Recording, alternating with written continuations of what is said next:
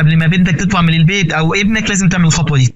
هتمسك الموبايل بتاعهم وتعمل الخطوه ديت عشان يفضلوا في امان. هتفتح الواتس في التليفون بتاعهم قبل ما ينزلوا، وهتبعت رساله واتس من تليفونهم لتليفونك انت للواتس بتاعك انت. الرساله دي بقى هتبقى بالشكل ده، هتروح على علامه اللي هو الدبوس او اللي بنسميه الاتاش هنا ده، ونضغط عليه. وبعد كده هروح هنا على الموقع واضغط على حاجه هنا اسمها مشاركه الموقع المباشر. هنا بقى بيسالك انت عايز تشارك الموقع المباشر ده لمده 15 دقيقه ولا لمده ساعه ولا 8 ساعات. لو انك مثلا رايح المدرسه او رايح درس خليها 8 ساعات، لو انك رايح مشوار قريب خليها ساعه، لو نازل السوبر ماركت خليها 15 دقيقه. انا عامه دايما بخليها 8 ساعات عشان اقدر ان انا اشوفه واتابعه اطول فتره ممكنه.